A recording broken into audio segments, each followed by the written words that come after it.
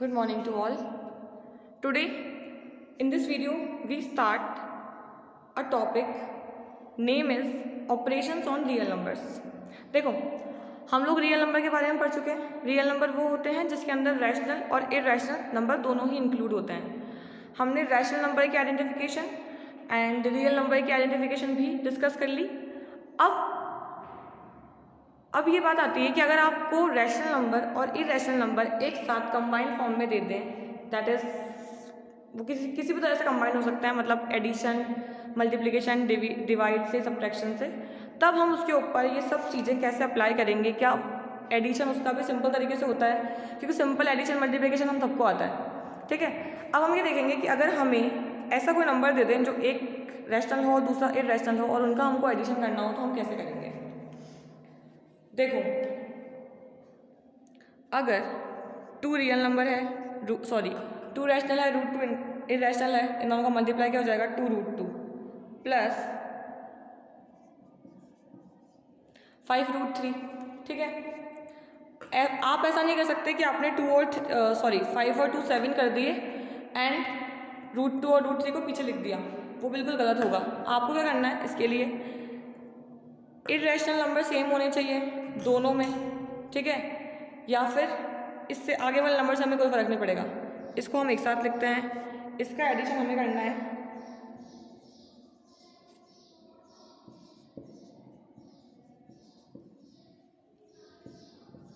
इसके साथ हमने 8th क्लास के अंदर बहुत सारी प्रॉपर्टी पढ़ी है, दैट इज़ कम्यूटेटिविटी, एसोसिएटिविटी. हम उसके अकॉर्डिंग इस क्वेश्चन को करेंगे. हम क्या करेंगे, इसको पहले अरेंज करेंगे. कैसे, ये प्लस का है, ये प्लस का है, ये प्लस का है और ये माइनस का है. ठीक है, इसके ऊपर क्या है, मेंशन क्या है, मतलब इसके साथ क्या है, √3. इसके साथ भी √3 है, √2 है और √2 है. √2 और √2 वाले को एक साथ लिख लेंगे एंड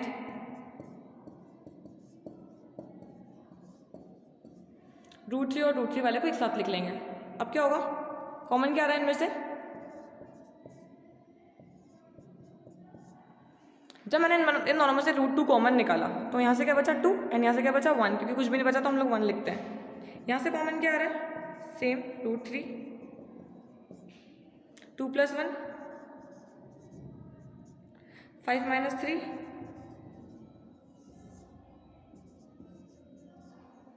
ये इसका फाइनल आंसर है एडिशन का. और आप चाहो तो डायरेक्टली कैसे करोगे, देखो 2√2 और प्लस 1√2, उसका कुछ भी नहीं तो 1 मानते हैं. 2 और 1 3√2. ठीक है, 5√3 - 3√3, मतलब 5√3 में से 3√3 माइनस करना है तो कितने बचेंगे, 2√3 बचेंगे. और साइन हम किसका यूज़ करते हैं, बिगर वैल्यू क्या, जिसकी वैल्यू या साइन जिसकी वैल्यू नॉर्मस ज़्यादा होती है, दैट इज़ 5. ठीक है, उसके आगे प्लस, वो प्लस कंटेन कर रहा है तो हम लोग यहाँ साइन क्या लगाएंगे, प्लस. तो हम लोग डायरेक्टली भी इसको सॉल्व कर सकते हैं और मेथड से भी सॉल्व कर सकते हैं. फाइन. अगर देखो यहाँ पे दोनों का सब्ट्रैक्शन करना होता तो आप यहाँ क्या यूज़ करते, माइनस यूज़ करते हैं.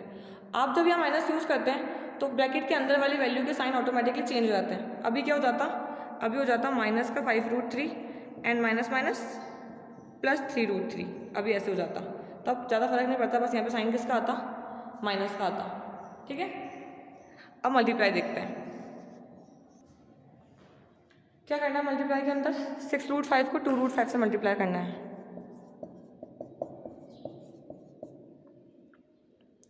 रैशनल वाले पार्ट को रैशनल वाले से, इरेशनल को इरेशनल वाले से.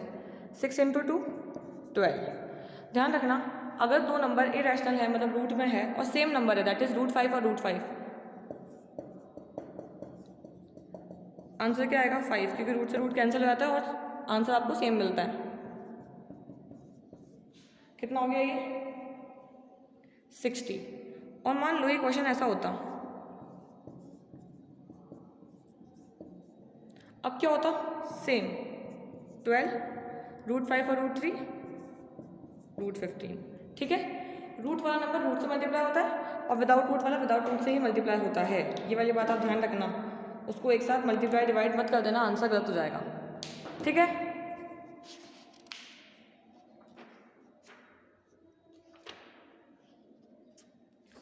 अब ये तो था डायरेक्ट मल्टीप्लाई। अब अगर आपको ब्रैकेट को मल्टीप्लाई करना है तब हम क्या करेंगे वो भी हम लोग देख लेते हैं एक बार। दो ब्रैकेट है, बीच में कोई साइन नहीं है, इसका मतलब क्या कंटेन कर रहा है ये डॉट विच मीन्स प्रोडक्ट और मल्टीप्लाई।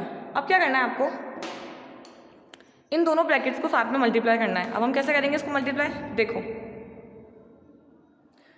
सेम नंबर तो है नहीं, वरना हम यहाँ लगा देते फॉर्मूले which is A plus B का whole square, A minus B का होल स्क्वायर, या फिर A square minus B square, हम लोग कुछ भी यूज़ करते हैं, पर उसके लिए वो फॉर्म कंटेन करना चाहिए। अब यहाँ पे वो फॉर्म कंटेन नहीं हो रही है तो हम लोगों को सिंपल मल्टीप्लाई करना पड़ेगा। ठीक है, कैसे करेंगे, सबसे पहले तरीका ये होता है कि ये जो 5 है ना आपका, वो इन दोनों नंबर से मल्टीप्लाई होना चाहिए, फाइन, एंड जो √7 है वो भी इन दोनों नंबर से मल्टीप्लाई होना चाहिए। यानी कि कितनी टर्म आएगी हमारे पास, 4 टर्म। कैसे करोगे, 5 एज इट इज, फिर ये bracket, then √7 as it is, वापस ब्रैकेट, रिपीट, ये ब्रैकेट सेम आ रहा है, 5 और 7 दोनों के साथ मल्टीप्लाई होंगे बारी बारी से। 5 2 जा 10, 5 इंटू √5, 5 √5, ठीक है, √2 इंटू 2, 2 √7, √7 √5, √35।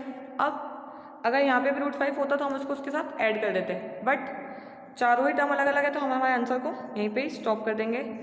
दिस 4 टर्म हमारा आंसर है ये एज इट इज।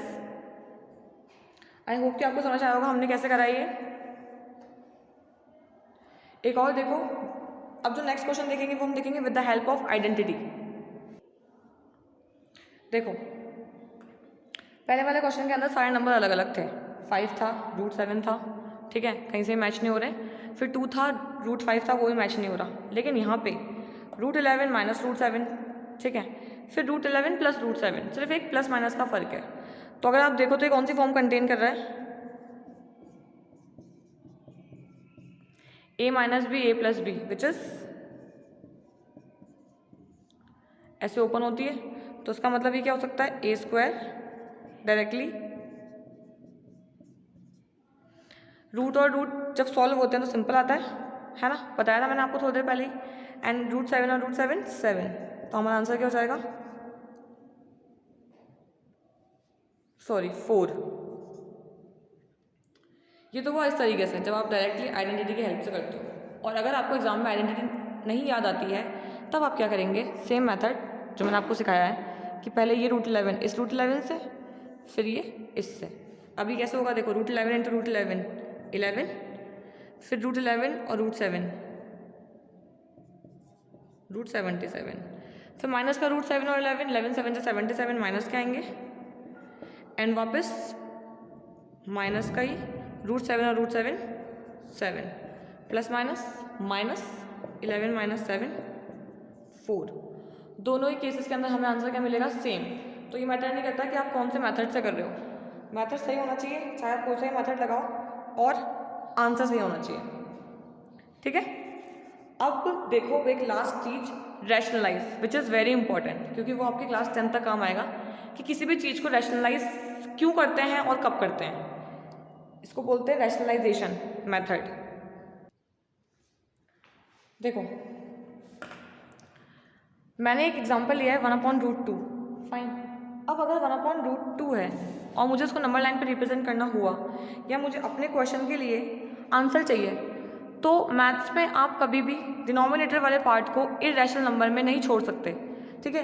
ये क्लास 10 पे भी आपके लिए इंपॉर्टेंट रहेगा कि अगर आपका आंसर रूट कंटेन कर रहा है डिनोमिनेटर पार्ट, तो आपको उसको रैशनलाइज करके सिंपल रैशनल नंबर में कन्वर्ट करना होगा, एंड इट इज़ कंपल्सरी, ठीक है।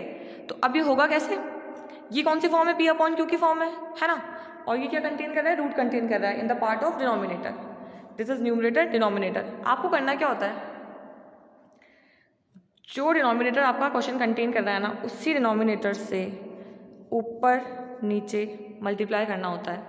उससे क्या होगा, क्योंकि नीचे अपन सेम नंबर से मल्टीप्लाई करेंगे तो सेम नंबर से मल्टीप्लाई करने पर रूट जो होते हैं वो क्या हो जाते हैं, कैंसिल हो जाते हैं। ये तो हमें पता है ना।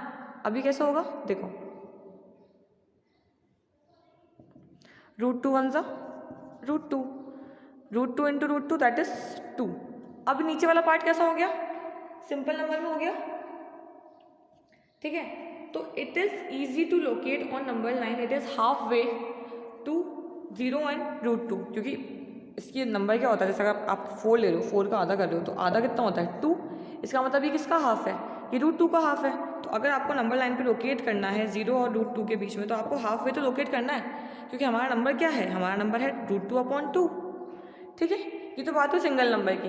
क्या बोला मैंने कि जो भी आपका डिनोमिनेटर पार्ट कंटेन करेगा ना रूट की वैल्यू, उसी रूट की वैल्यू को आपको ऊपर नीचे मल्टीप्लाई करना है बस, ठीक है।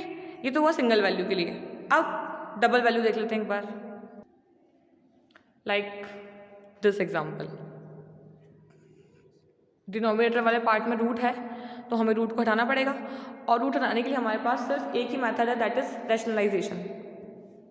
कैसे करेंगे, देखो क्या बोला मैंने आपको कि न्यूमरेटर और डिनोमिनेटर वाले पार्ट में आपको क्या करना है, आपको सेम नंबर से मल्टीप्लाई करना है, और वो नंबर हमें कहाँ से मिलेगा, हमारे ही क्वेश्चन की डिनोमिनेटर वाले पार्ट से। ये है 2 + √3, तो अब हमें क्या बनाना पड़ेगा इसको, 2 - √3/2 - √3। मैं सेम नंबर से मल्टीप्लाई कर रही हूँ, बस साइन चेंज करें। अगर मेरा डिनोमिनेटर वाला पार्ट प्लस कंटेन कर रहा है तो मैं अपोजिट साइन से मल्टीप्लाई करूँगी, दैट इज माइनस। और अगर ये माइनस कंटेन करता तो मैं किससे प्लस करती, अगर ये माइनस होता तो मैं प्लस से मल्टीप्लाई करती, ठीक है। अब देखो दिस वन जा दिस सेम नंबर, और जो नीचे वाली वैल्यू है, अगर आपके पास 2 नंबर है तो वो हमेशा हमेशा ऑलवेज वो क्या कंटेन करेगी, वो कंटेन करेगी a + b और a - b, क्योंकि आप तो अपोजिट साइन से मल्टीप्लाई करोगे ना। अगर प्लस है तो आप माइनस से करोगे, माइनस है तो आप प्लस से करोगे, तो हमेशा क्या फॉर्म बनेगी, a + b a - b। क्या होता है a + b a - b, a² - b², a² मतलब 2 का स्क्वायर, b² मतलब 3 का स्क्वायर। ओपन कैसे करेंगे इसको, 2 का स्क्वायर 4, √3 का स्क्वायर 3, दैट इज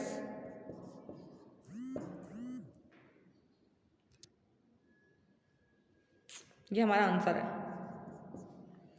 आप चाहो तो 1 को रिमूव भी कर सकते हो नीचे से, क्योंकि इसकी कोई वैल्यू नहीं है। हमारा आंसर क्या आ रहा है, 2 - √3।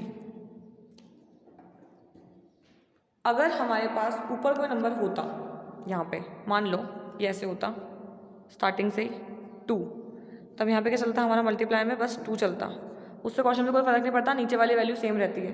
यहाँ पे भी क्या आ जाएगा 2, और हमारा आंसर भी क्या कंटेन करेगा 2। फिर आप चाहो तो उसको ऐसे भी लिख सकते हो,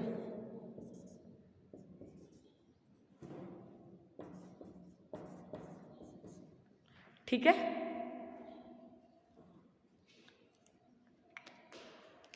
इस पूरे रैशनलाइजेशन और जो हमने जितने भी वो पढ़े ना ऑपरेशन, उस पर बेस्ड है हमारी 1.5, तो वो हम नेक्स्ट वीडियो में डिस्कस करेंगे, सेम टू सेम जल्दी हो जाएगी, क्योंकि अब हमें सारे क्वेश्चन आते हैं। उसके बाद 1.6 के अंदर हमारे पास कुछ लॉ है एक्सपोनेंट के और पावर के, वो भी हम देखेंगे, लेकिन रियल नंबर्स पे बेस्ड। फाइन, अगर आप ट्राई करना, आप 1.5 खुद से सॉल्व कर सको तो, वरना मैं तो करवाऊंगी, ठीक है। लेकिन अगर आपने एग्जाम्पल सॉल्व कर ली सारे, तो आपसे 1.5 ईजिली सॉल्व हो जाएगी। Fine, thank you, have a good day.